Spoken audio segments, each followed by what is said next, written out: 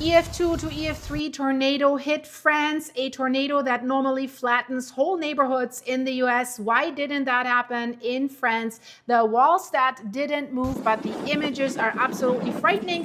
And when you see these Europeans leaning against their glass windows filming the tornado, this is when in the US, guys, tell me in the comments, you go into your tornado shelter, you don't stay in the house. And 53% of all people lost in tornadoes in the US is manufactured and mobile homes, by the way. But let's get back to France. 300 homes hit, 39 people injured, nobody killed. A tornado came out of a summer storm on Monday afternoon in France, dropped onto a French village with 1,000 inhabitants and left it looking like a war zone. And the houses mostly stayed up. It wasn't flattened, not because they got lucky, and this is the strange part here, not because anybody designed them to. I'll tell you actually what saved that village, and it's going to really annoy some people, I can tell you that.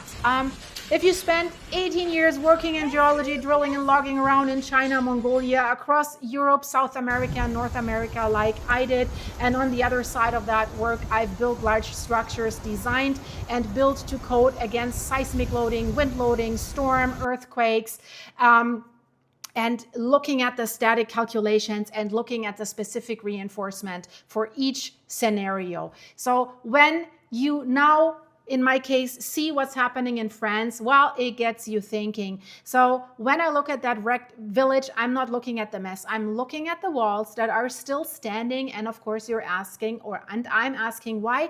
And by the end of this, you'll be doing the same thing and take a little bit of a time, and you'll never look at storm damage the same way again. I'll tell you that. Monday, the 24th of August, southern France had been baking under a heat wave, and it broke hard. France's storm observatory counted more than 24,000 lightning strikes in a single day, the most electric day of the year. And just after 5 in the afternoon, a supercell, something that you usually only see in Texas or other states in the US, south of Carcassonne, wound up and dropped a tornado. And boy, did it drop a tornado. I mean, you see it in the videos. Really, really crazy. And I know those of you in the US will say, get away from the windows, go into your basement.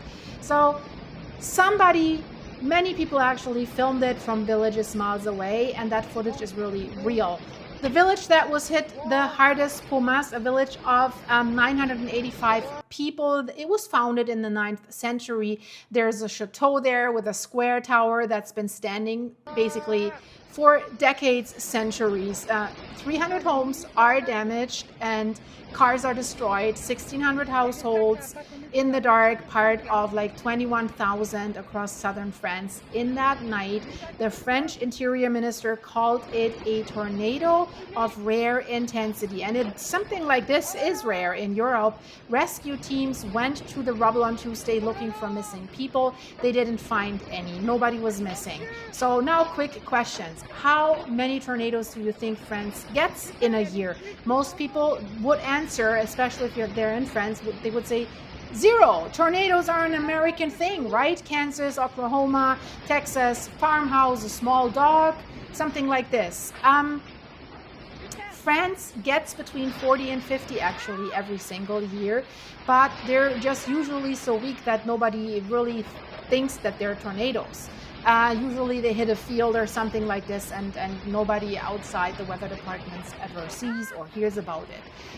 But not always, as obvious if you look at the footage behind me, but also France is not tornado free, but it's tornado rare. It's a completely different thing, but it's going to matter a lot. And here's what I want you to look at when you see the images from the village here in France. The roofs are gone, the tiles are everywhere, every window, many windows are blown out, cars are flipped, the walls are standing. That's not a small detail. That's a different failure mode entirely, and it comes down to one question. What is actually holding your house up? And it's not just because this is brick or something like this. American house is frame, timber skeleton, panels are hung on it, the wall panels. The frame does the work, and the frame is held together by connections. Nails, straps, bolts, we know that. It's a chain. pull the chain apart at many weak points, and the whole thing unzips and it flattens.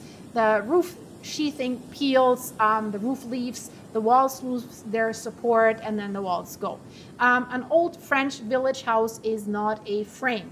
It's a mass. It's stone or brick, and the wall is the structure. There is basically no chain that a storm can unzip. So there's just several tons of rock sitting there, being extremely uninterested in a tornado.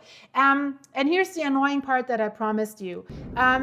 That's not clever engineering or anything against their tornado. They haven't designed these houses for storms. Why would they? Those walls are thick because that's what stone masonry needed 300 years ago. Local materials and not steel. So village survived their tornado by accident. It was built for a completely different reason. There's a catch in it. If we compare European EF2, EF3 tornadoes with the American ones, people are saying it's the same category, way less damage than in the US. Case closed, built in stone. Two problems. First, the rating. The scale that produces EF2 is not a wind measurement. It's an estimate worked out backwards. What does that mean? Backwards from how the buildings reacted to the tornado, what the buildings did. And it was built, the scale was built around American houses. So that's not me guessing. Europe created its own completely separate scale because the American one, in their words, it doesn't transfer to Europe, which means if the buildings are stronger, you can get a lower EF number from the same wind because the houses didn't do that much damage. So we measured the wind using the buildings, and the buildings are the things we were trying to test. This is what they're saying in the US. So second, just say, let's build in stone. It's not the answer because I mentioned we have several categories of threats. If we have an earthquake, a stronger earthquake, even underneath, if it was right underneath that French village, 4.8, we've seen what happened in Campi Flegrei, Naples, Italy. Unreinforced stone and brick is the deadliest common building on earth when it comes to earthquakes. So no give, it cracks and it drops. Exact thing that saved Pomas here right now would be devastating for people in California if they built their homes like this. So that just on a side note, but definitely this is all over the news because what's going on in France, everyone thinks this is really crazy to have this big funnel, this big tornado cell in a French village. And of course, I want to say, if you live in an area that's storm prone, tornado prone, but doesn't really have earthquakes, yeah, I think you should build in a different way. But in earthquake areas, it's a whole different animal. So guys, stay safe wherever you are. I mean, I've reported about a lot of tornadoes here in the US, but this definitely stands out. I have never seen anything like this from Europe. If you live in Europe, let me know. Have you ever seen something like this? And I know in the US, many of you will say it's just a normal Tuesday, but it depends on where you live, right? That's your point of view. So you guys, you all stay safe, but have a look at this because this is really equally kind of crazy. And yeah, I would like to see you there in a second. Bye-bye.